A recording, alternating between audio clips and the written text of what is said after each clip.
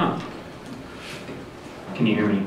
There we go. I'd like to call this meeting to order at 7 o'clock. Lead us in the Pledge of Allegiance. I pledge allegiance to the flag of the United States of America and to the republic for which it stands, one nation, under God, indivisible, with liberty and justice for all.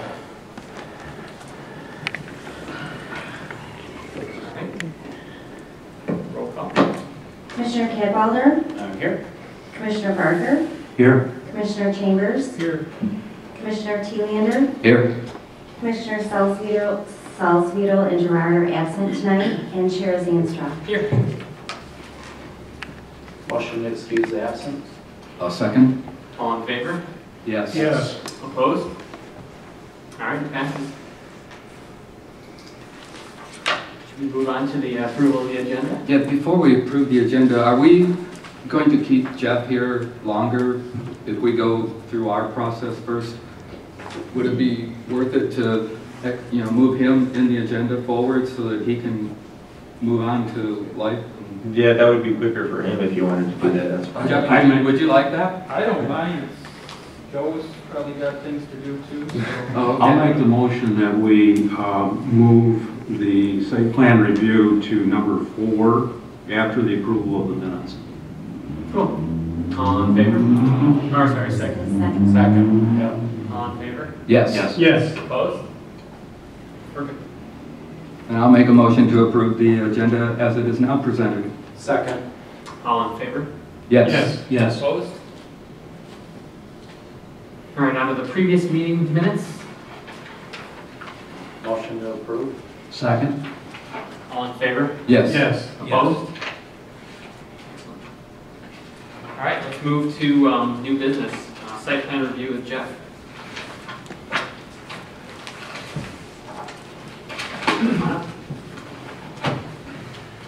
Good evening. I'm Joe Galehead with Dan Boss Construction on behalf of Jeff. We're proposing to place an addition on the south part of the Lowell granite business. He currently has some property at the corner of Kent and Monroe, and we'd like to place a building there to basically as a warehouse to store his inventory as well as his truck. We've placed the building as you see on the site plan. It would tie into the existing southerlymost block building. That block building floor is a little bit low on that compared to the rest of the buildings on the property there, but we're planning to raise the floor on that as well as raise the roof to match the new addition. And to gain access to it, we're showing a couple of doors to the west off of Monroe Street. Also, we'd like to have a bathroom in there, so we've got a water service and a sanitary lateral that's connected to the existing city services in that area. We've pretty much matched the setback on the east line. It gets a little bit close to the existing building to the east. We're able to construct the building with a 3-foot separation there. That's about as tight as we can go. That puts it a couple feet west of the east property line. We've maintained the setbacks from Kent and Monroe to try to give a little green space to that corner area there. Other than that, I guess, are there any questions from the commissioners?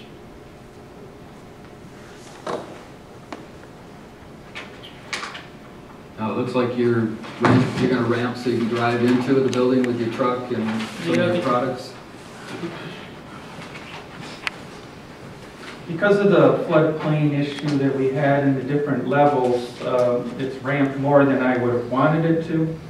I was originally talking about maybe a door on Kent Street, having access a little easier for bigger trucks, but that just was too high of a ramp at that point. So our lowest point was off from South Monroe, as close to our existing warehouse as possible.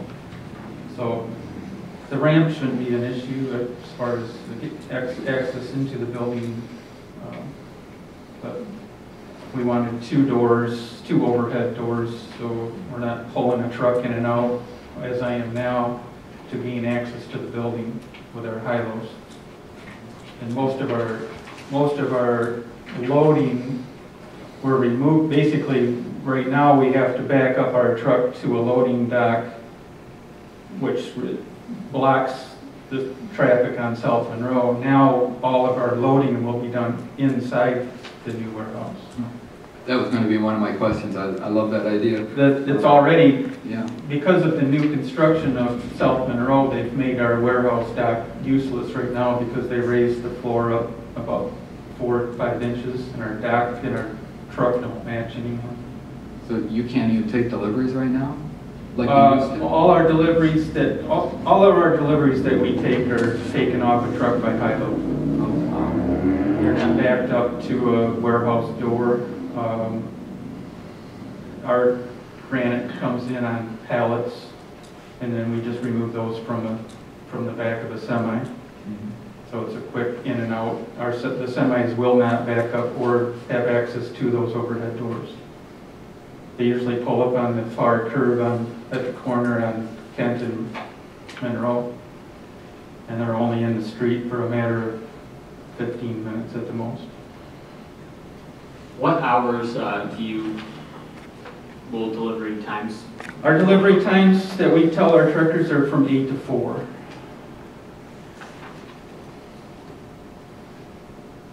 Most deliveries are early morning, between 8 and noon, I would say. Some of the closed trucks like FedEx and U-Haul and some of the other freight companies, their routes just are usually a little bit later in the afternoon.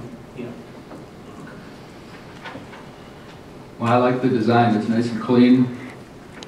And I know you'll appreciate getting your trucks inside to unload too. That would be nice. Are you going to eventually in the future tie the two buildings together? Because right now you've got like a 18, 20 inch gap between the two. There's no intention to ever connect the two buildings. I wanted the buildings separate because the construction of the existing building didn't really work with knocking out walls and repositioning equipment to have access to the other building. The only access I would probably recommend, and I think we've talked to Dan Voss about, is having a doorway. Maybe if we can get a doorway so we don't have to walk physically around onto Main Street or onto South Monroe to have access to it. We've talked about it. I don't think it's drawn on that plan there, but just something with maybe a doorway and a little overhead awning connecting, or just in that little alleyway that's separating the two existing buildings now. So your new roof line is going to be up with the two-story block building then, right? The new roof line? I don't think it'll be quite that high. It'll be, we don't show that on the. No, I didn't see an elevation. No. But,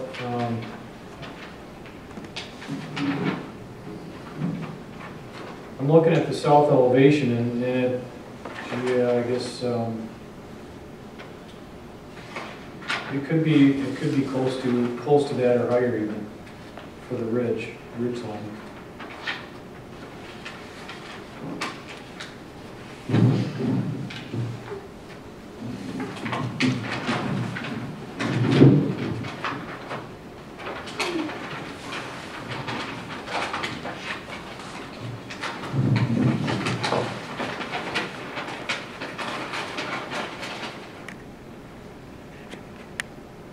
So Andy, does it look right as far as a code and everything for them to have a separate building, maybe put a doorway, walkway in at some point? Does that meet all of our ordinances? Yeah, this is kind of a. Is that better? Okay, that's better.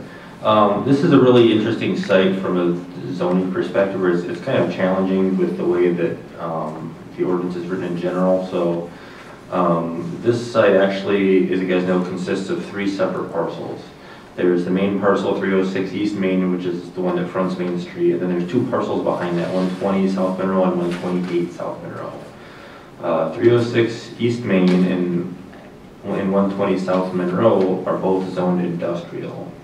The one that's on the corner of Monroe and Kent Street, which is 128 South Monroe, is zoned C2. So in a lot of ways, the existing building, which he's not modifying, and part of this expansion is currently non-conforming. However, in the past, we've generally allowed people to expand buildings that are non-conforming as long as they're not increasing the amount of non-conformance. So if they're not making it worse, if they're not, if they don't need a front setback, as long as they're not encroaching further onto that non-conformity, we've allowed it in the past. And so I think that's a reasonable thing to do in this case. So part of that expansion that sort of goes, if you go from north to south from where it meets the existing building south, part of that expansion would be non-conforming, but once it comes onto the part of that property that's zoned C2, the C2 doesn't have any setbacks, doesn't have any lot coverage standards. They're much more relaxed in terms of setbacks and those sorts of things on that parcel. So from that sense, once that building crosses over that property line, I'm not concerned about how close it is to Kent Street or how close it is to Monroe Street anymore. So in that sense, it is also okay. The other thing that we have to think about here is that because there are basically, there are 3 lots here, 2 of them are not compliant with the ordinance in terms of the lot area and in terms of the lot width, and those again are those 2 that are zoned industrial. The lots themselves aren't compliant either. But because those 2, along with the one next to it, zoned C2, are all owned by the same entity in this case, we treat them as one parcel as far as zoning goes. And so now, of course, that brings up one more challenge, which is that typically in zoning you don't want two main buildings on one parcel. However, there is some language in the ordinance that allows for you to approve multiple buildings on the same parcel as long when there is joint parking, when it's a single sort of integral development. And I think that standard is met in this case. So there's sort of a lot of unusual technicalities to think about in this case, but after I looked at everything, I think it is ultimately allowable at the end of the day. Just to run through a few other things in the report that I wrote last week for you guys. The site plan indicates that there will be full cutout wall pack lights. That's fine. There is some language in the ordinance that requires, dark sky compliant type of lighting. So if you guys have like a cut sheet or something for what the wall pack lights will look like, that's something that if you just provide those to us, that would be fine. There is no parking proposed, and I don't think you really need much parking either. I mean, right now you use street parking primarily. Is that correct? Street parking and the new parking lot across the street. And in regard to that, there is no sidewalk there either, and there's going to be additional traffic there, obviously, along Monroe Street there. So, is there any leeway in there for sidewalks, a walkway? I don't know if there'd be not a guarded walkway, but a passageway across the street, I guess, where it would be,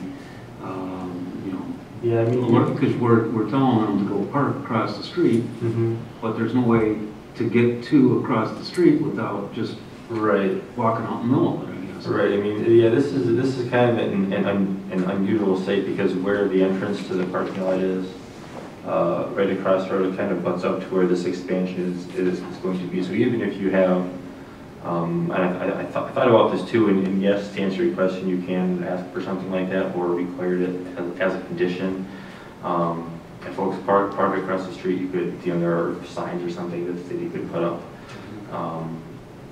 It would help sort of alert people to the fact that somebody might be crossing the street there. Alternatively, you might be able to direct people up towards Main Street where there is a sidewalk and then have them cross over there. That's probably not going to happen just because people tend to cross over, they feel like, as we know.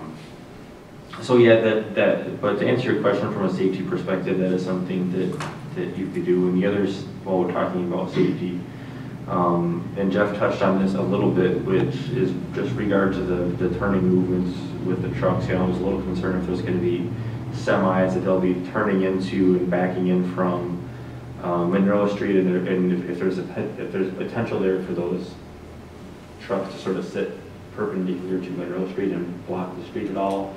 But our semis go around the block and pull in sideways along the curve by Monroe and Kent. Okay. Used to be they would pull over on the opposite side of the street where we used to have our loading dock before. Okay. So they're not blocking complete access to traffic going back and forth. Yeah, and that would be our only real concern there if they're blocking traffic, or, I mean, it's not a frequent thing, but if there was a, emergency of some sort, if there was a truck in the way and somebody couldn't get by, that's obviously something we would be concerned about. Overall, it sounds like as long as the trucks aren't in the way and there's adequate space there for people to get by, and that's not a big concern. And then the other thing that I wanted to mention is that the zoning ordinance does talk about requiring landscaping in the front yard of properties in the industrial district. And there's not really any yard here for that for the most part. So a lot of that doesn't apply, although if you guys want, you could ask for some trees or some of the landscaping where there is that proposed lawn area or is existing lawn area kind of near Kent Street and Monroe Street on the corner there. That's something that you guys can require if you feel it is appropriate. So I did recommend approval of the site plan at the end of this report here. There are a handful of conditions. The first two are standard conditions that we put on everything. The third one was landscaping, which we talked about. The fourth one we've touched on a little bit as far as delivery hours and making sure that traffic conflicts and things like that don't occur on Monroe Street. If you guys are comfortable with that, you don't have to do anything, so you can strike that if you don't want to add any conditions there. And then the last one is just sort of a general comment. I don't know that the city's engineers had a chance to look at this yet, so he might have some additional comments or requirements. And so this fifth condition would just be that if the DPW or the city engineer wants certain changes as far as site drainage or something like that is concerned, that be met as well. So those are the conditions that I've suggested. You feel free to add to those or modify however you see appropriate. Jeff, have you reviewed these conditions? Are you okay with these conditions? I don't understand all the conditions. I'd have to talk with the Dan boss as far as like some of the runoff and some of the elevations and stuff like that. You've already made some sacrifices. We have the South Monroe parking lot because of Jeff. And, Yeah. I want to honor that. My whole dream was, well, from years and years ago, was to eliminate that eyesore. And this is a dream of mine, is to have a warehouse to contain our products and our trucks and keep the city clean. Yeah. So when this whole thing, no matter how long it took or the hurdles that we had to go through, it's still a dream of mine to beautify and make that corner useful. But I think obviously 1 and 2 are pretty standard. They're kind of a given. Mm-hmm. 4, at least to me, doesn't seem like it should be a concern. I don't know what you guys It's already there, so. Yeah. And 3 is one that I guess I'm struggling with a little bit, where we would be requiring them to produce a plan. What does that normally look like? And I don't want to put a lot of unnecessary burden on them for putting in trees when it's...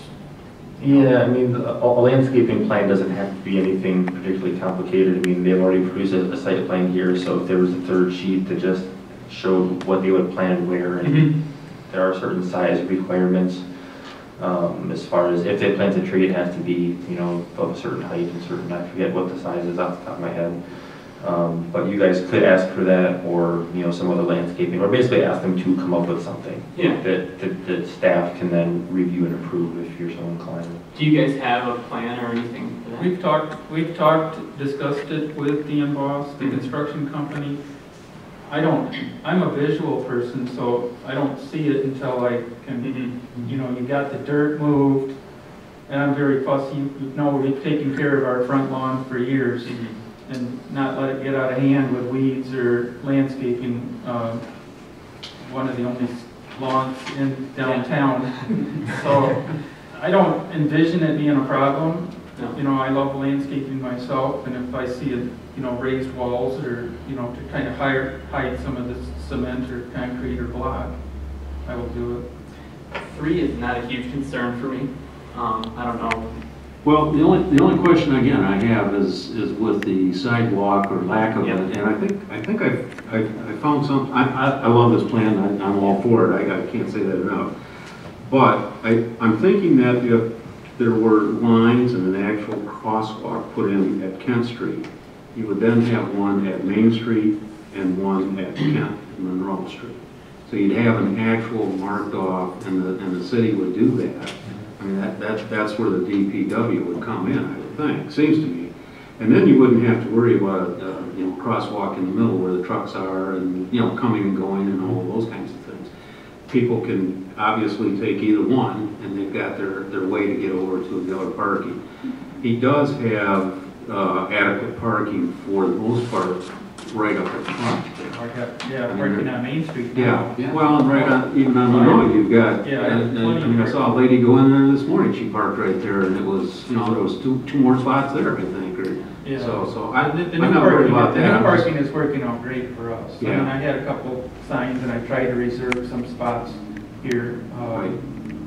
I'm just thinking the safety of it, and that middle portion where the new concrete ramp is, if we can eliminate people trying to cross in that middle portion and get them to go to Main Street or Kent Street to cross, I think that makes a little more sense. And Would that be the city's responsibility? I would think it would be. What are you recommending for that? If you guys want to do that, that's fine. I guess my suggestion would be just, the applicant and DPW would need to coordinate to make sure that's, feasible, and they can't, but if there's something that would prevent them from doing that, we would want to know, obviously. So we might be able to expand number 5, since we're talking about the engineering and public works requirements in there. We could just add that to say, including the installation of a crosswalk, across Monroe Street, just north of the Kent Street intersection or something like that. But if we're going to put a crosswalk in, to me it would make more sense to just have a sidewalk then poured across the back. Greg's end of the building's already got concrete there, and I wasn't here when we did the site review for the Big Boiler Brewery, but eventually people are going to be parking in that parking lot also, and we need access across the back. Both ways. And I think if we can, as a business owner in town too, I understand, but I just think these sidewalks are a big issue. We have a hard enough time, people just crossing M21.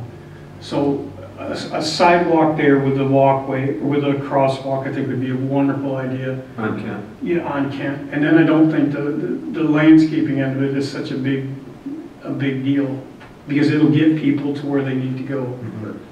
And then eventually, the Big Boiler Brewery, maybe they'll put their sidewalk in, and then we're all the way over to Huntington Bank and Ball's Ice Cream, and we're connecting dots.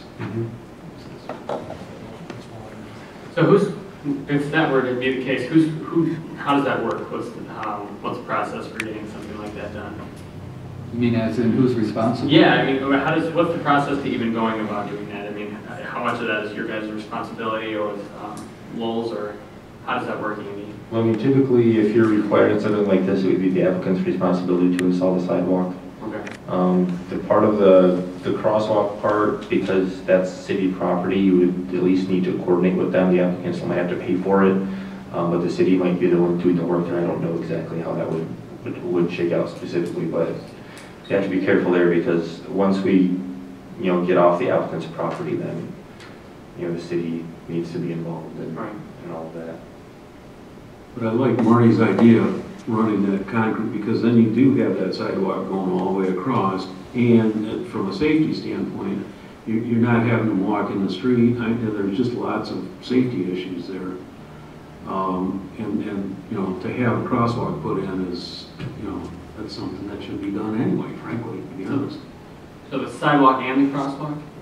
Well, I would do the sidewalk and the crosswalk, yes. Yeah, do them together. Yeah. I mean, the city. Coordinate together so that it comes out again Right.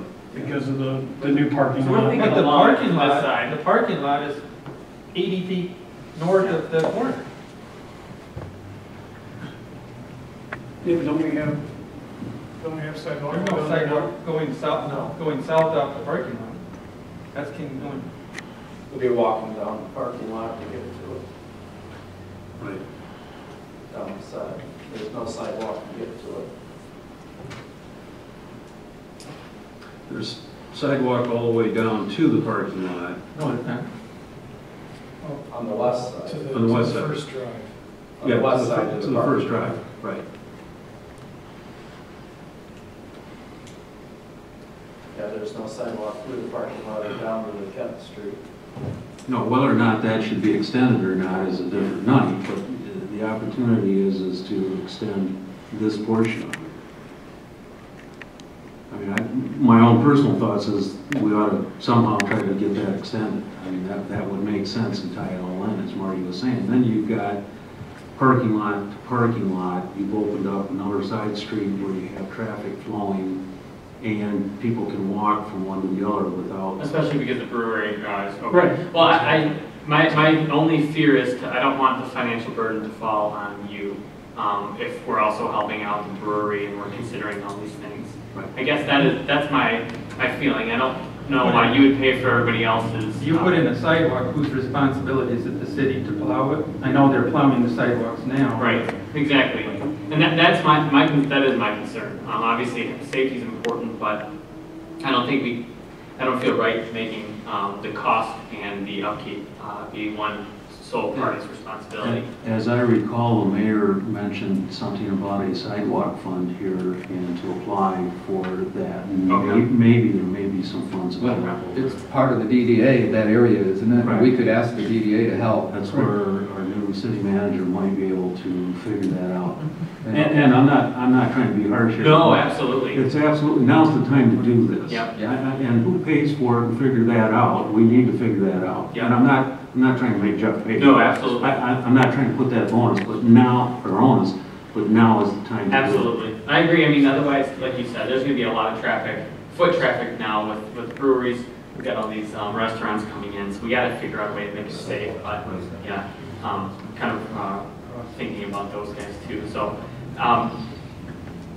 what do we know about the sidewalk? I guess I don't know enough to. I don't know anything about it outside the mayor said you better get your application in and there was money in there. So I have no clue beyond that. Can we look into that before we? I don't know. Yeah, even where that would begin, but I think that would be something at least helpful to these guys. Correct. Yeah, I'm not really clear on the sidewalk fund either, but if you could ask the mayor. And Remember that, Alan? Do you remember that? I do remember the discussion? discussion, yeah, I do. Yeah. I know there's money in it. Okay. I do know that, but I mean, there's also, you go to the DDA. Yeah.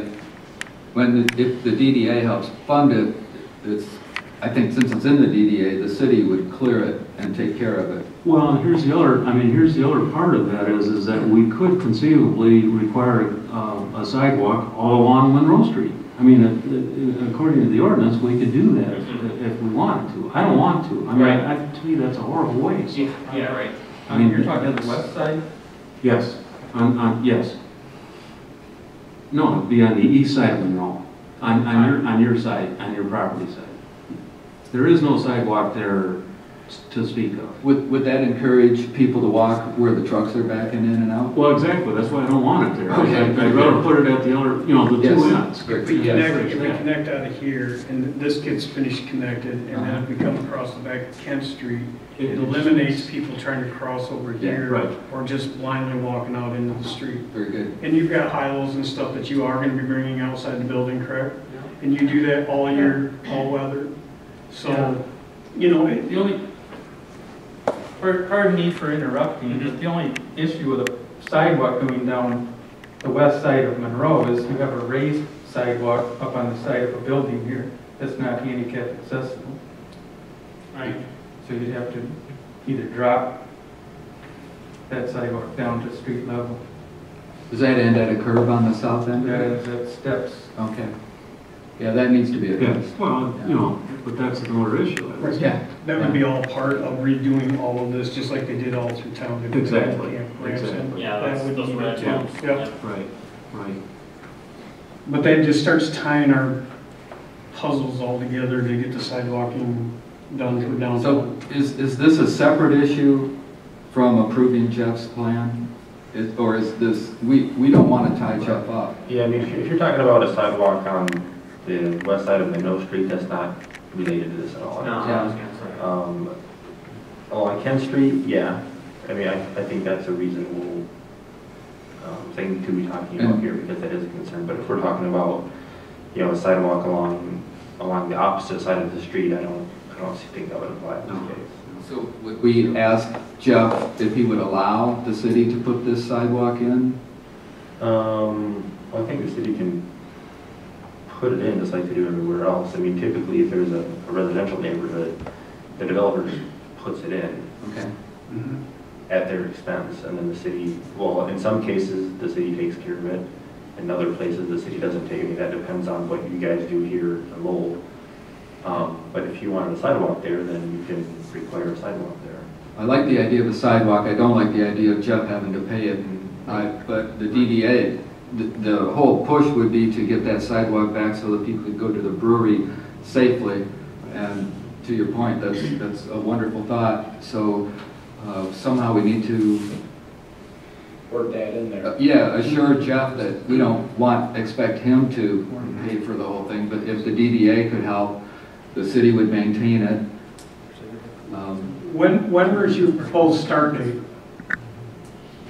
Art, When was your proposed start date? well, not only do we need approval from you, but now we have to go to the Historical Society, another hurdle, and get approval for materials, doors, windows, modifications to the existing building that's there now. So about 3-4 years now down the line, or? It's the way it's gone so far with this project. It's been a 10-year project for me, But my point is that we, I guess my plan was to, if we could at all, break ground by December. Our slow period for our manufacturing is from December to March. And if we could work construction in at those periods, that would greatly help us. Of course, I have to work with Dan Voss in their schedules. But that's my tentative plan was to try and make it a fall, winter. Okay. I'd like to do whatever we can to. well, that's what I'm saying, maybe we'll see if there's a way that, you know, we can get the DDA or some of the sidewalk funding to help cover a portion or all of it, and, you know, get going from there. We can probably approve the site plan with that in there, right? Yeah, you just want to carefully word that particular condition that you're not necessarily required in the installation of a sidewalk at the applicant's expense right now. Right. I mean, everything else, if you're good with everything else on the site plan, that's fine, and you can approve it as far as the sidewalk issue goes. I guess my suggestion would be to, yeah, you can require one, but the motion should, like, if you're concerned about that you don't want him to have to pay for it all, then you should say that. Yeah, he's helped us out. And so I guess the question comes, you know, playing this forward then, if it, for some reason, you know, we do some research to figure out where the money would come from, and there is none, and so it's either he pays for all of it or it doesn't get built, then what do we do?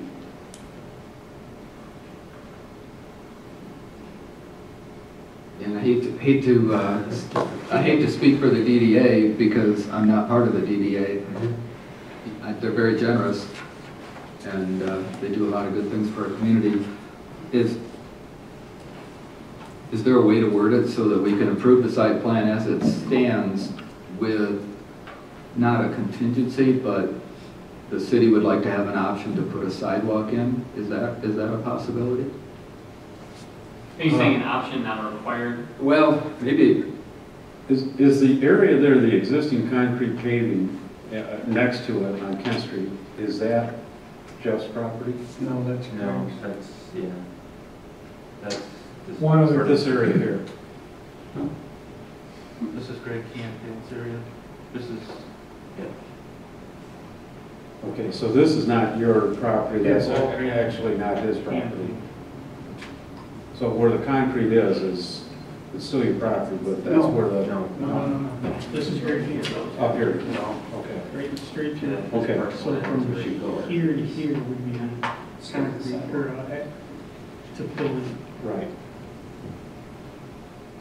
I mean, I think there might be other ways to go about this, and still get done what we need to be done and not impede his plan. I Right. think that we can do it on the other side of the street. I think, I don't know if I'm in the majority here, but I would actually be in favor of approving without any recommendation for, or a requirement for a sidewalk. Well, again, I might not be in the majority, but that would be kind of my thought. so we can get one in later. Yeah, I mean, could we achieve the same thing by putting something on the west side? That way we're not slowing him up. We got something on Kent Street that we don't, would that work somehow to put it on Monroe West to the parking lot? Or am I missing something? Well, that's an unknown because we don't know when or that can happen. We know when this can happen, the Kent Street, Mm-hmm. and you're starting to connect pieces of a puzzle or pieces of a dot. And we need a safe way to transfer people all around. We don't know in the future what's going to hold for the center part of the building. We know what's going to go on in the one half of the Superior building. We know we're going to have traffic flow. You don't know what's going to happen in the center part, so it's better to take action now to be ahead of the curve than to, eventually come back and tell Jeff, well, we're going to tear up the back of your thing because sidewalk's got to go in. And Greg Canfield isn't even here, and we would be putting a sidewalk in behind his building. And he needs to be having some kind of representation too. But we should maybe have a provision or the option to consider a sidewalk with Jeff and Greg to come back and try to find a way that the DDA can help cover all or most of it. We don't want Greg or Jeff to incur any more. Ellen, I think you're onto something there. Can we put a provision in there that we would work on a sidewalk with the applicant, the city, and the DDA? Sure. And just leave it at that. Okay. Doesn't mean it has to be done right now. That is correct, and it allows us to go ahead and pass the site plan basically as is. And that way, Yeah. the applicant. Your condition number 5 is pretty open-ended with Right, exactly, Public Works or city engineer approval.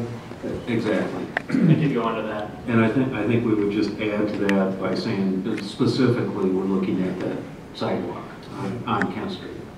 And that eliminates really basically any confusion there, but I think we need to add in working with the city and the DDA And the owners. and the applicant. Yeah, and all owners, I guess. Yeah. But that doesn't matter with the site plan. All we're concerned about is his site plan, and that would allow us to pass the site plan. Yeah, I like that. There is one thing that makes it a little bit messy. There is a hydrant on the northeast corner of Kent Monroe there that kind of is in the pathway of what I would say a sidewalk. City would have to take care of that, I would say. And that's a public work function. That would be my thought. And I'm That sorry if I'm would speaking work. for everybody. Oh, I like that. The hydrant is, Yeah, Public. they should be liable for that. right. So how do we word that? I like the way you were thinking. Right, I'll make all of the other 6 recommendations here for conditions, I think are are pretty fine, but number 5, the applicant shall comply with additional requirements from the City Department of Public Works and/or city engineer. In addition, the city, DDA, and applicant will work together to put in a concrete sidewalk on the applicant's portion of Kent Street and a crosswalk across Monroe at Kent Street. I would go with that one. Motion for that one? Does that sound legal, Andy? I'm not. Yeah, well, and just to be clear, you guys talked about numbers 4 and 6 being unnecessary. I mean, 6 is just whatever else you guys want to add. Number 4, it sounded like there was consensus to not really require anything else along those lines. So basically 1, 2, 6, or 1, 2, and 5 with the added provision of 5. Right. Like you were saying. Correct. do you want to ask for a landscaping plan from the applicant as written in number 3 or no? I don't think that's necessary, and Make that especially great. if the concrete walkway goes in, I think the applicant is gonna look at that and say, you know what, I need to put a tree here eventually, or not, depending upon how it works. Yeah, exactly. Grass. Yeah, whatever. So really, we're talking about That's his property. conditions 1, 2, and 5. Yeah, Mhm. correct. Yeah, I agree with that one. Should we have a motion for that? I'll make that motion. I'll second. All in favor? Yes. Yes. Yes. Opposed? All right, it passes. Site plan. Thank you. Thank you, John. Thanks, guys. Thank you.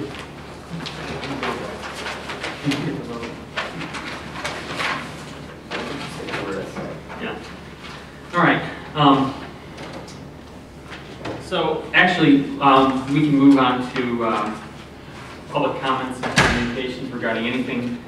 There's no one here, so I think we can move on to old business, which is the zoning ordinance provisions that Andy looks like he went to town on over the last month. So let's talk about that a little bit. A lot of red. Yeah. Means you're busy. Andy. It wasn't so dry reading this time. So just to refresh everybody's memory, we talked for the last few months about working on the ordinance, and so what we ended up deciding to do is just go through chapter 4 in its entirety and have me go through and just kind of redline everything and mark up changes, things that I like, things that worked or didn't work. Some of these things are pretty basic, uninteresting changes, but there are a handful of areas which I'm sure you saw where I made fairly significant revisions. And so those are the ones that I want to focus on with you guys most. So I'll quickly just kind of walk through some of the more minor ones. So on the very first page there, section 4.01, this letter D at the bottom, height exceptions under number 1. So basically talks about which items or which structures would be exempt from the 35 or 40 foot maximum height requirement in the zoning ordinance. So there's a whole bunch of stuff listed in here, grain elevators and water towers and monuments and spires and domes. And so I just added a wireless communication antenna, so it's typically tend to be 100 to 199 feet tall, typically. So I wanted to add that one in there. Section 4.02, this is actually one that we applied tonight. This is just sort of me wordsmithing up a little bit. It says land and buildings may be considered a principal use. So we're not really considering land as a use because land is land. So I just changed this a bit to say multiple buildings and or multiple uses of land on a parcel may be considered a principal building or use collectively if those conditions are met. So again, that's just what I want to be clarifying text more than anything else. Sure. 406. Skipping ahead, 4.06. So this clear vision corners, this graphic over here is what this pertains to. And so typically This is a very common standard, especially in more suburban and rural areas where we want, 25 feet from intersection to be fairly clear. This is primarily for automobile vision. In the C2 district downtown, obviously, we don't want to have this giant 25-foot setback for buildings. I mean, we just did the whole walking tour a couple years ago, where I told you guys all that we don't want to do that, so we should codify that in this case. So the C2 and MU, which is mixed use districts, are the two districts that have no setback requirements. And in the case of mixed use, we actually we require people to build up to the street within 5 or 10 feet or so. And so we're basically requiring that they violate this provision in that case. So there's just an exception here for properties in those districts. 4.07, fences and walls. This is one of the sections that I want to talk to you guys about that we made some more significant changes to. So item C talks about the height of a fence being measured from the average grade and elevation within 30 inches of each side of a proposed fence. And then I just added the sentence that says the artificial raising of the land on which the fence is located in order to increase the height of a fence is prohibited. So I like that. We've seen this before. They mound up, soil 2 or 3 feet high, and then put a 6-foot fence on top of that. And it's creative, and I appreciate the creativity and trying to work around the rules, but that's not something that we want to see. Then letter E, fences shall not exceed a height of 72 inches in any other area. So C, D, and E, I think some of those were broken up into one big paragraph, so I just separated those sections out so it's a little bit easier to read. Item G, before it just said fences shall be residential in appearance and intent. And so, well, what if it's in a commercial or an industrial zone? Well, maybe a residential fence doesn't make sense there, so I added in residential districts. Item I, again, this is just, again, this is primarily wordsmithing. This isn't going to change the way that we've interpreted this, but I think for people using these provisions, it helps just to make sure that, so people understand that the finished side of your fence needs to face the outside, not the inside. Andy, one real quick fix on I. It's not full the property, it's of the property, I believe. Maybe a little too fast there. Put up the up, show. Okay, and then item K, minor changes there, just again. Again, Andy, the city may require, delete B. Yep. The word B. And require, yes, thank you.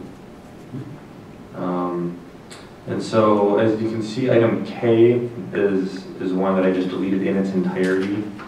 I'm not sure what it was requiring before. It talked about privacy screens, and there's a definition for privacy screens, which seems to match what a typical privacy fence would be.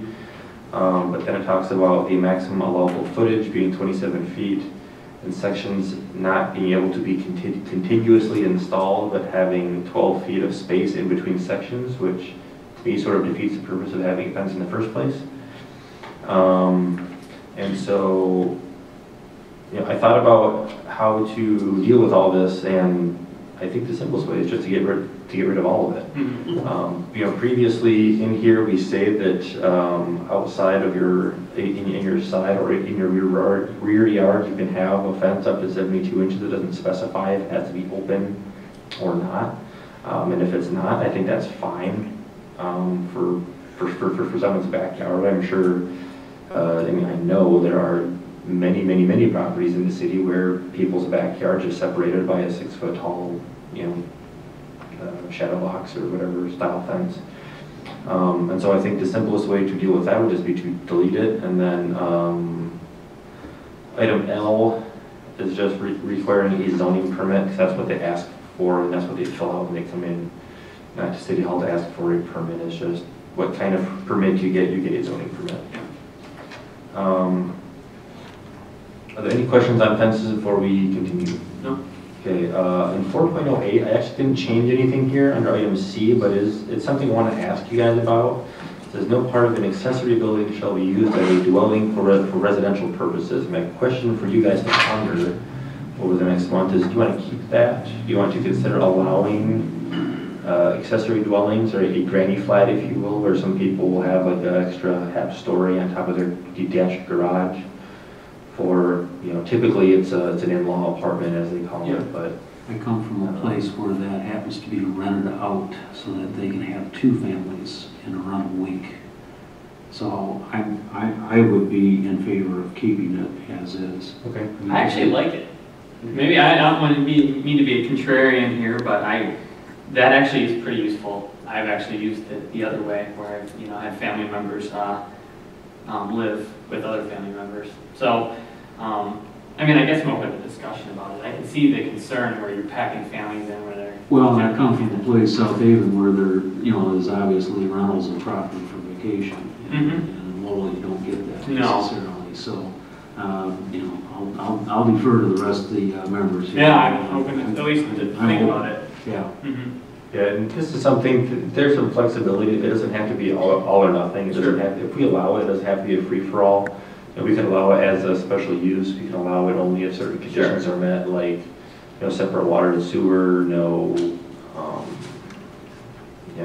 you could restrict it to, maybe it's only for sleeping, and you don't have kitchens and stuff like that in there. You could limit maybe the size of it, no more than X number of square feet.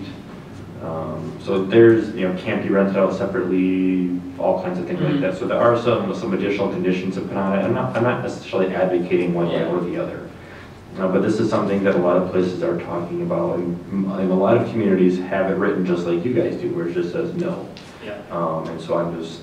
Is there a trend in going one way or the other with this? Yeah, the trend in a lot of places is to allow them, to be honest with you, especially in more, in towns and cities. It's been to allow them in some capacity. Again, that doesn't mean allow everything, but. Out east it happens. Yeah. That's where I used to live. It seemed to happen out at East Coast quite a bit. So it's just, it's highlighted not because I just wanted to change anything, but just because it's something I want you guys to give some thought to over the next month and year. Does allowing that increase the tax base at all? I suppose possibly. I don't know how property is assessed, but maybe. I don't know. It's a good question for the. Seems like it would. Mike, have you had experience with that at all? Not with what. Sorry about that. Not with what they're talking about. I'm not experienced with that, but they are right. It is more of a trend you're seeing. Honestly, I'd have to look into the assessing whether or not, how that would work for tax purposes. I don't know if you would.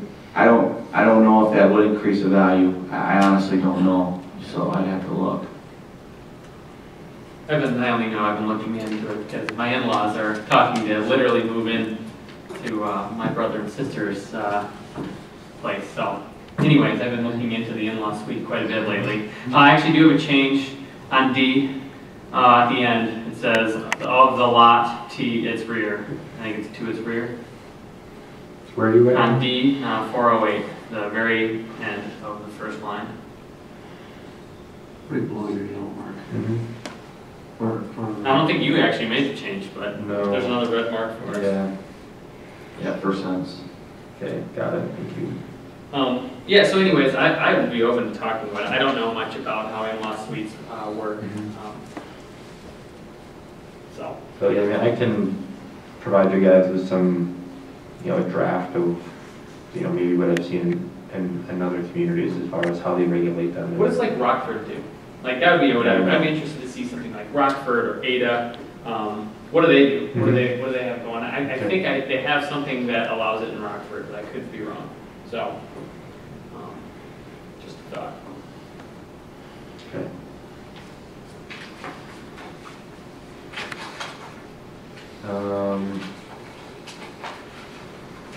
Moving forward, most accessory building stuff we have not suggested to be changed.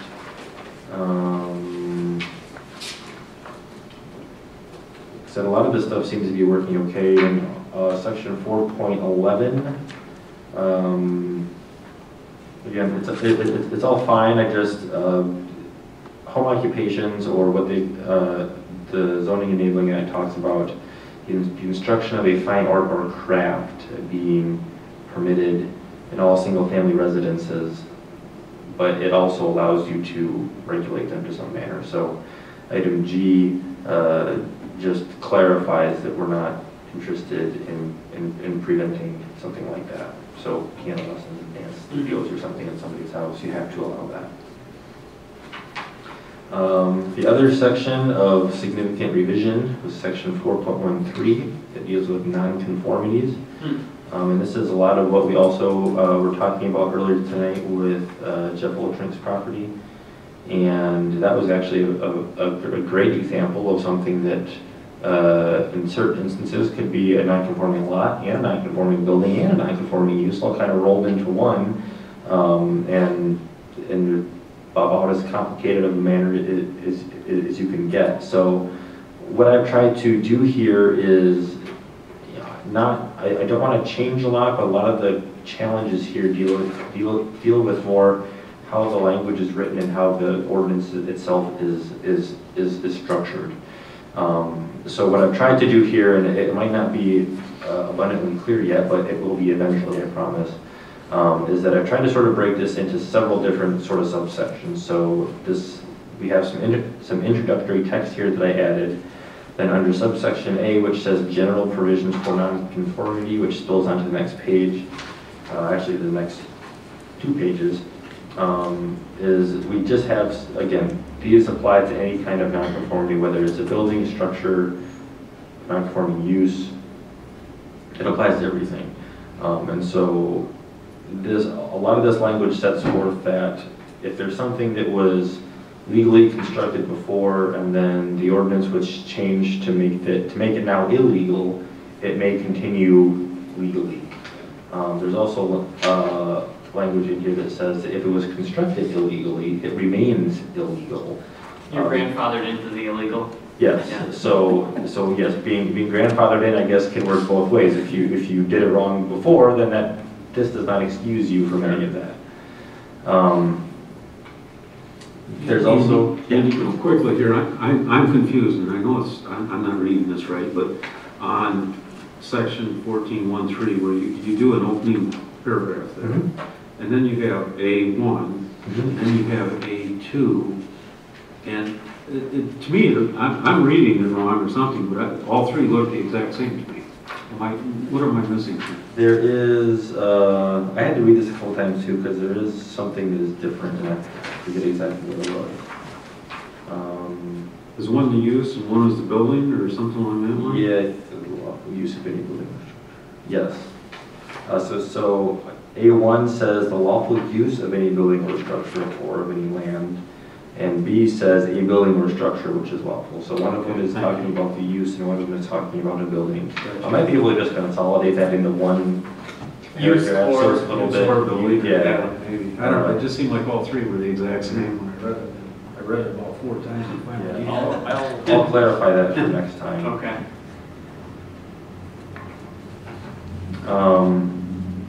So again, item 3, if it was established in violation, it's still in violation. Number 4, if it was established legally or before the rezoning,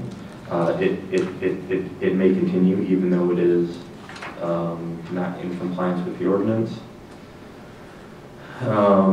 If you have started working on building something and then we've changed the rules on you, that may still continue if you were issued, if a permit was issued and they're, like, let's take Mr. Wiltrink, for example, if he starts working in February and we decide to change the rules for some reason, I don't know why we would, but if we did that to make whatever he's doing illegal, he would be allowed to finish and continue that as a non-conforming. 6 and 7 talk about allowing for ordinary repairs, improvements in plumbing, allowing someone who owns a non-conforming building to maintain their building in a safe manner. We don't want someone's building to fall down and injure people because it is not conforming, obviously. Number 8 talks about if change in tenancy or ownership. So if you own a non-conforming building, you want to sell it to somebody else, that is absolutely fine. They obviously should know that they are inheriting the challenges that come with a non-conforming building or use, but we're not going to prevent them from selling it. The other changes, actually, the rest of this stuff here under number 9, subsections A through D are not being changed at all. And so the last section here, we have subsection B here, which is non-conforming uses, and subsection C, which talks about non-conforming buildings and structures, and I think that's an important distinction to make. So a non-conforming use would be something like some sort of commercial business located in a residential zone where business is not allowed. And a non-conforming building or structure would be a fence that's illegal, or a home that's built too close to a setback. That would make the building non-conforming. The use of that home as a residential use would be allowed in a residential district, but it could still, the building could still be illegal because of its placement on a lot and those dimensional requirements. And so subsection B just focuses on non-conforming uses. So under number 1 here, I've sort of codified what our practice has been for a while now, which is no non-conforming use of land or structure shall be moved, enlarged, or extended unless such movement does not increase the degree of non-conformance. This is a kind of liberal take on non-conformities. That's, I guess, the way that I like to do it, because when a lot of times when you try to be strict, we end up getting calls for people asking for ways around it anyways. And so I think as long as they're not making it worse, as long as they're not increasing that non-conformance, a lot of places seem to want to allow it. So if you guys don't want to allow that, please let me know. That's just my suggestion here. And then number 2 says the non-conforming use of a building or structure or of any land shall not be, and then we go under ABC, changed to another non-conforming use, reestablished after it has been changed, reestablished after being abandoned or discontinued for longer than 12 months. And then we also have some standards here that would constitute what we feel is abandonment. It's not necessarily enough that just 12 months goes by. There has to be, in addition to that period of time, it also has to be some sort of intent to abandon, or we have to make the determination that it has been abandoned because the utilities are shut off, the building's fallen apart, you know, they're taking down signs and all kinds of things like that. Again, this A, B, and C are all in the ordinance currently. This just, I think, attempts to clarify all that a little bit for you, so it's a bit easier to read. L1 and 2, which are under here, that are deleted. These actually aren't deleted. They just got moved to that previous section that we just talked about there.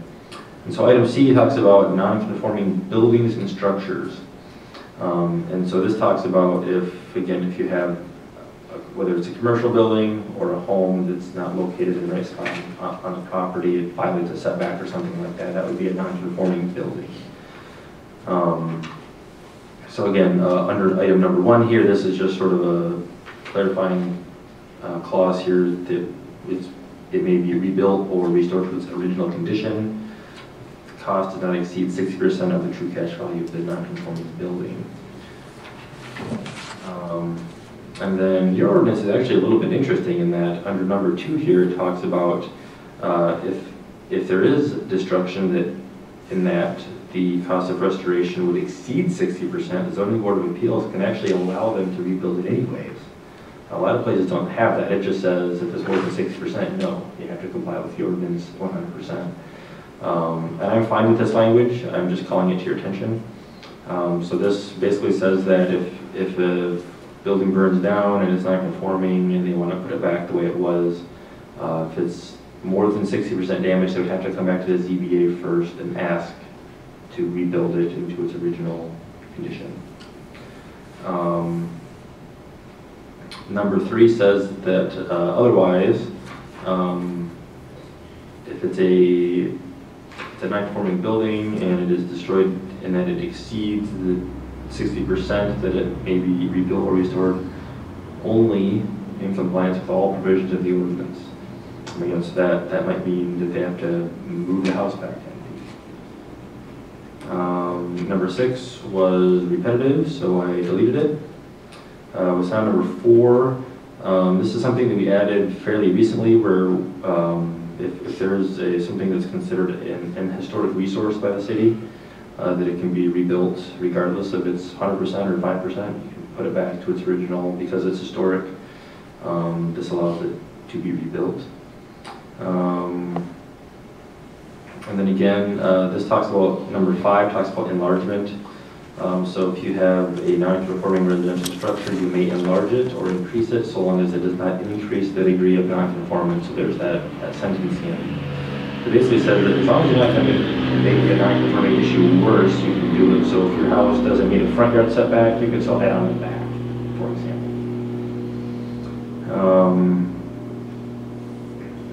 Some of the other stuff, ignore the M and the B and all that. It's just Microsoft Word going crazy on me and I couldn't figure out how to fix it.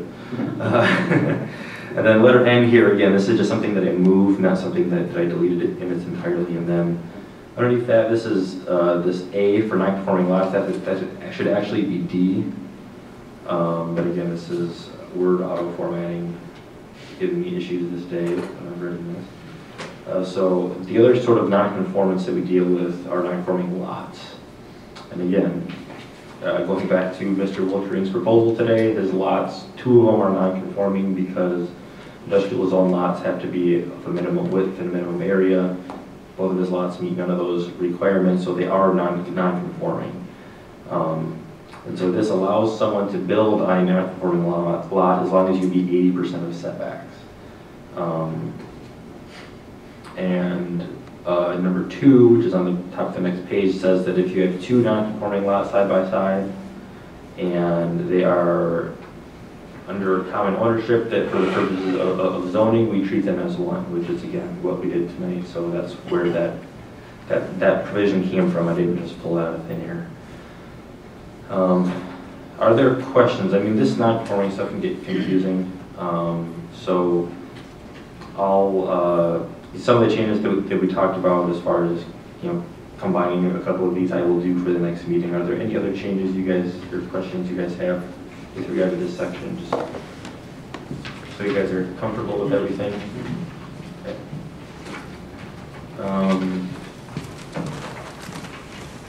Moving forward under 4.15, again, this was all just one big paragraph, so I've broken into 3 sections so it's easier to read. So under item B, for example, I just wanted to expand who might issue the permit. So zoning enforcement officer, planning commission, like if it's especially used, you guys are technically the ones that approve the request for the permit. And so if there's a mining operation, which would be the most obvious example here, I wanted to make sure that the planning commission permit, or a permit that was issued based on your decision was in here, that was numbered. Under 4.17C, we just have one sentence here that I added where if there's a waterfront lot, you can have a pool between the water's edge and the dwelling, as long as it's not within that required front yard, which would be the area between the water's edge and coming back. So if you have a waterfront lot, if you have a lot on the river, for example, you want to have a pool of some sort up pretty close to your house, that would be fine, but you couldn't put one way out in the middle of your yard, right up next to the lake, or the river, I mean. 4.18, no changes. 4.19, I have not proposed any. I know that you guys are sort of casually tossed around whether or not you want to get into animals. I have not proposed any changes, so you might want to give that some thought for the next meeting. There's nothing in here that really jumps out at me as far as anything that's alarmingly inappropriate or unusual. But again, it's just something to give some thought to. Section 4.20 on private streets. I don't think we've ever used this recently, although I am having the city engineer take a look at this to make sure that it makes sense from his perspective. I didn't see anything in here that was really egregious, and again, have not used it in quite some time. Almost all of your streets are public streets here. There are not very many private streets. Mr. Chair, can we go back to 419 real quick? Just had a quick question. Under the keeping of pets and other animals, have we, I guess I'm not, whatever this, do we have anything in there to allow, for example, when people are raising chickens in residential subdivisions or therapy animals? There's not anything in here on therapy animals. There is something in here that says that, under item C here, it says, excluding roosters, so it says as long as applicable public health standards are met, fowl excluding roosters, rabbits, or similar animals may be kept within the living space of the residential unit in all residential zone districts. Fowls, rabbits, or similar animals kept outside or an outside enclosure in any residential zoning district is permitted by right if you have an acre, and permitted by special land use if it's less than an acre but is at least a half an acre. And so there are some standards there for chickens. I don't know if there are a lot of requests for those. I mean, Sue, have you seen any chicken requests? I mean, I don't think you and I have talked about many, maybe one or two, but. Yeah, every once in a while we have a call on chickens. We have had no calls on therapy animals. What kind of, I mean, other than dogs, what would be a therapy animal? We had an incident in my former community where somebody claimed a pot-bellied pig was a therapy animal. They're like dogs, really. Right. About 250 pounds. Yeah. And delicious. that was an issue. We also had chickens was a very hot topic too. That's why I asked. So yeah. No, we honestly have never dealt with therapy animals in a zoning type of setting. Chickens comes up frequently in a lot of. Everyone handles them a little bit differently. If you guys are comfortable with this and if it's working, then that's fine. We don't need to change it, but if it's certainly something, again, I would suggest giving it some thought. And there aren't a lot of regulation here. For example, if you have an acre, you can keep fowl or rabbits or similar animals. It doesn't say how many. It doesn't say anything about how they're housed, or how they're fed, or how you maintain it. I mean, additional setbacks, how you control noise, how you control smells, all that stuff. It's just not addressed. So something you might want to give some thought is if you want to address some more of those issues that might come up. Again, I don't know of any complaints that have come in on those items, but it's something that can happen or might happen, and it's worth thinking about over the next few weeks. There isn't very many lots that we can have that on. No, it would be mostly in the suburban residential districts, so up over kind of in the Foreman area or on the northeast side. There's some suburban residential zoning up there. Behind Kaiser's. Oh, yeah. Yeah, but also, and because there's a special land use permit process that's introduced for anything under an acre, that's between a half an acre and an acre, that does get into some of the slightly smaller lots that could be in the city, but because that's a special land use process, that means public hearing. So everybody within 300 feet is getting notified. Their neighbor their neighbor wants to have chickens, and then you guys can ask how many, how are you going to keep them, where are you going to keep them, how are you going to keep it clean, and so on and so forth, and hopefully address a lot of those concerns. So again, I would suggest giving it some thought. I don't have any specific suggestions for you at this time, but if you want some additional regulations, I can certainly come up with some. just to add on the chickens, kind of give you a little hint of what I've been experienced with. We had an issue with chickens. We didn't allow it in our ordinance, period. We got an indication that there was a resident who was raising chickens. So came to the council meeting and protested, that there wasn't an ordinance and requested an ordinance. So the city council, after more people requested it, the city council formulated an ordinance in the zoning ordinance specifically for chickens. Basically, you could have no more than 3. You had to register your chickens with the city. You had to have annual inspection. You couldn't have a rooster, which you don't have. So, I mean, it really, I don't know how much of a problem this is, but something to think about if that does come down the road, because if Lowell, as Lowell progresses, you're gonna, that issue's going to come up. So it's just something to think about. It's possible now there are a bunch of people that have a few chickens now, we just don't know about it. Right. At some point. I mean, that probably has happened somewhere, and there are a lot of people that like the eggs and everything else. Mhm. And that's fine, but again, there are concerns that can. So worth thinking about. Right. Okay. Well, the city of Grand Rapids allows chickens now, don't they? Yes. Yes. So that would kind of spur the thought of somebody wanting to do it here. Mm-hmm. Right.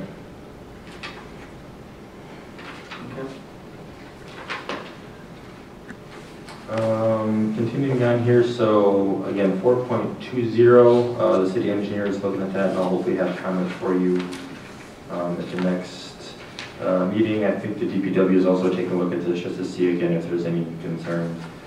It doesn't get used frequently, so I don't anticipate any significant changes, but you never know. 4.21, again, that just very minor changes, as you can see. Primarily wireless communication towers are handled as a special land use if someone's building a brand new tower. And that's what this talks about, and that's where this reference to 17.04 B comes into place. That's special land use provisions for wireless communication towers.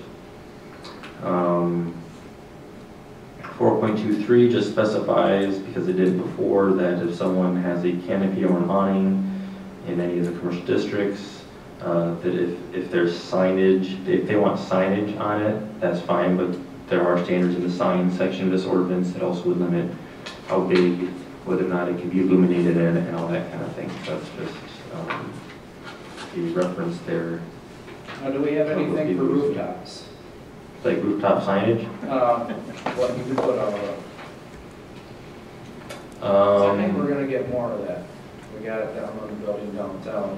Those plants, the chairs there. Playing volleyball net, whatever we got up there. They have a volleyball net? Kind of looks like it. It's not, you're gonna see, I mean, especially older buildings, you see that more nowadays. It's not uncommon. Need anything for that, you think, or? Possibly. I mean,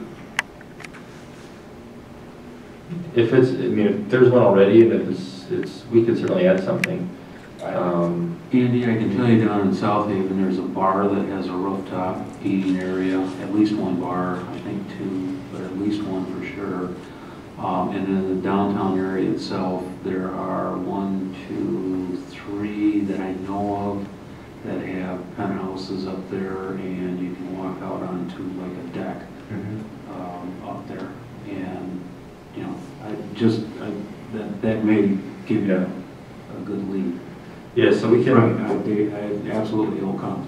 Just yeah, I think so. a matter of time. Yeah, we've dealt with it a couple times. There was a hotel in, I forget where, Harbor Springs or something, that wanted a rooftop restaurant kind of a thing, or outdoor service. And so a lot of times it's easier to deal with if it comes in as like part of a new building application. It's harder to deal with if it's just an apartment building or somebody and somebody just wants, they're just renovating a building and say, hey, let's just put this stuff on the roof. Yeah.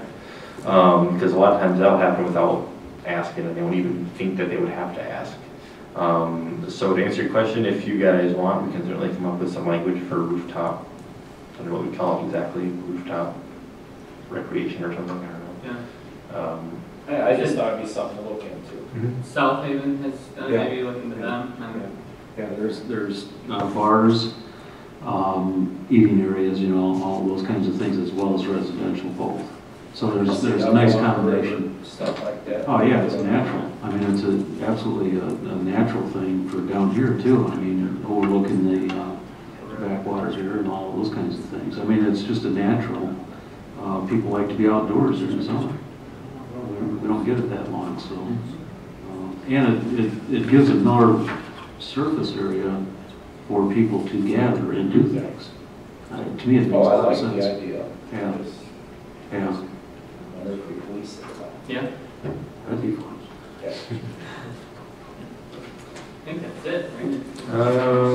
Let's see, outdoor lighting is fine. So, yeah, that was all that I had. You did a lot of work, thank you for doing that. Sure, anytime. It's a ton. So there are a couple of things for you guys to think about, which were accessory dwellings, and animals, primarily chickens and stuff. I will work on sort of refining this and clarifying some of the things. I know it's still hard to read with all the straight-throughs and renumberings and indents and everything, so I'll get that cleaned up for next time and get you guys a cleaner draft to work with, and then I'll highlight the sections that we've been looking at so you know what to read and what's going to be possibly modified, and we can go from there. This was our top 3 that we kind of all picked and decided this is where we wanted to start with the, right? Yes, Chapter 17, was the other one? Yeah, at the last meeting, I think there were several things within Chapter 4 that people wanted to work on, so we decided let's just go through Chapter 4 in its entirety. And so I think, once we get this pretty well finalized, then I guess the question will be, are we going to want to adopt this, or just, wait and set it aside and work on a separate section and adopt a whole bunch of it at once? We can cross that bridge when we get to it. But yeah, I think this is a good start. This is a lot of stuff. I mean, the fences, the thing with the fences, for example, and some of the non-conforming languages are things that myself and Sue struggle with, every other week practically. Someone wants to do something, and we have to sort of root through the ordinance and see if there's something that makes sense, and we find things that don't make sense. And so this was an attempt to clarify a bunch of those things. So hopefully it works better for city staff and for the public specifically. Mr. Chair, I have one last question. Going through this, I was just asked Sue, and I'm not sure she knows the answer to the question. Because I don't know the answer to this question. Is the downtown a planned unit development district? No. It is not. Is the city or the planning commission ever considered possibly making the downtown a planned unit development district? Not to my knowledge, but I've only been doing this here for 2 or 3 years. Okay. So I don't know. Okay. Kind of just give you an insight as to what planning and development. I don't know if you're familiar with them, but they're very common, especially in downtown areas. As you have unique developments coming into your downtown and modifications, one of the things the planned unit development district does is it allows the planning commission greater control on individual projects that come in to the downtown. It basically, not necessarily in a downtown, it can be anywhere in the city you want it actually, but not necessarily having to find the guidelines of the zoning clauses that come up, like for central business district. This gives you a lot more flexibility, and it gives you a lot more, it gives the planning commission, quite honestly, a lot more as to what they want for their downtown in comparison to what, maybe what it would do under central business district zoning and so forth. So just a thought. Was Highland Hills a PUD? I think there are a couple PUDs in the city. Highland Hills is a PUD. Yeah, that's the one over on the east side, right? Yeah. Mm-hmm. Yes, that is. So we have a little bit of experience with them. Yeah, the planner can explain it better than I can, but from what my experience is it's very, I think it's a lot, I would kind of recommend it for a planning commissioner. If you're modifying if you're modifying your planning, your master plan, this is a good time to consider it. Does it help with grants and things like that? Or not necessarily. It's just kind of a rules thing? Yeah, it's more of a visioning as to what you want for your community, okay, more than anything else. Mike, are you talking about the entire downtown area being a PUD? Yes. It's not just a block, isn't it? No, my whole downtown district in Fenton was a planned unit development district, the whole downtown. The whole downtown? Yes. Which means you throw out all the zoning, you set your own zoning ordinance. You basically, you can basically set specific guidelines that you want for that district. Correct. And then when things come up on a case-by-case basis, you can work directly with the applicant. Sure. As to what you want. But the zoning ordinance is set one time. Correct. For a whole district? Yeah. Correct. Just something to consider.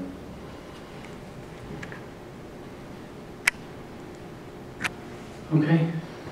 Well, we can move on to staff report. We've got nothing else to go over with old business. Thanks for that work there, Andy. Anything to report? I do not. We just keep getting some new houses in the Highland Hills area. Excellent. Any commissioner remarks? Good. I have nothing to remark. Motion to adjourn? Support. All in favor? Yes. Yes. Opposed? All right.